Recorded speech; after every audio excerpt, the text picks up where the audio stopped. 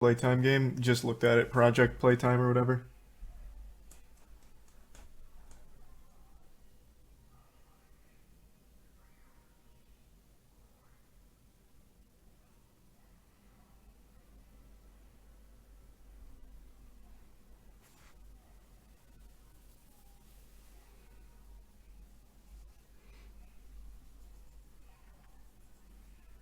Do you see the news that Australian YouTuber named FriendlyJordies got his house firebombed? Yep. I am a huge fan of FriendlyJordies, and that was heartbreaking to see. The corruption there is unfucking real. I'm here. I'll briefly talk about it. So Jordies, he's made a lot of content and highlighted a lot of corruption in both some organized crime as well as government. And he's been the target of a lot of hit pieces in Australia. There's been a lot of attacks on his character. There's been a lot of just awful shit that has come from his fight for justice. And the most recent sad development is his house was firebombed. And what actually, it's a crazier story than even that leads it on to be. So his neighbor's house got firebombed the night before. I think it was the night before. And then when they realized it wasn't Jordy's house, they came back and then firebombed his actual house.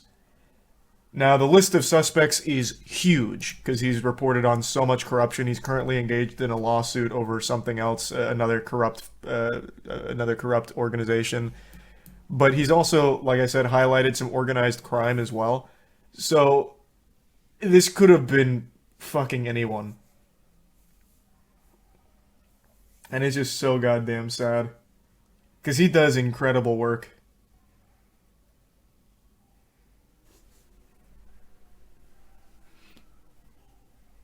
Thanks to resub, Coach, Night Vision, and Ketro. And the resub, Bulldog. Imagine the neighbors. Oh yeah, the neighbors had no fucking clue.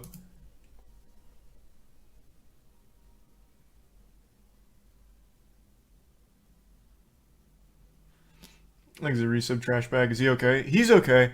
He even did like a, well, interview's the wrong word, but he got ambushed by these fucking vultures here, and he gave like a short statement, and he seemed to be in relatively high spirits about it. So that's good at least, but such a fucked situation.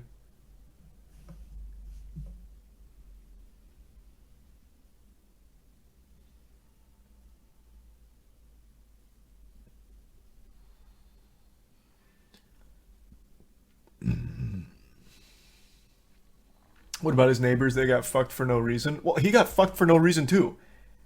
Like I think the way of proving that you're not a corrupt government official is not to have someone firebomb the guy calling you a corrupt government official.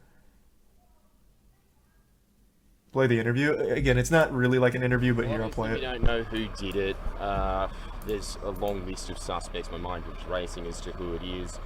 Obviously, we've done some extremely dangerous reporting over the last year, I suppose, of a bunch of extremely powerful people and corporations. There is many people that would want to do that. I obviously can't say who I suspect it is, but I do have like a short list in my head of who I think would have done it. I would hope that the New South Wales strike force that is supposedly set up for fixated people and terrorists would be looking into this instead of a comedian and his team for 6 months straight at the whim of a previous premier that all of you defended for his last 10 years. And then when he came out, and even after all the New York stuff, you're still sitting there defending him now. I saw all of your articles. I love that he confronts them to their face. All of the same little narrative that you write every time. I would hope that you would put just as much attention on the fact that that happened as you have on trying to assassinate my character over the last year. Thanks for your time. Did something happen here? Wait, you guys on it? Yep. Someone. Solid statement all around.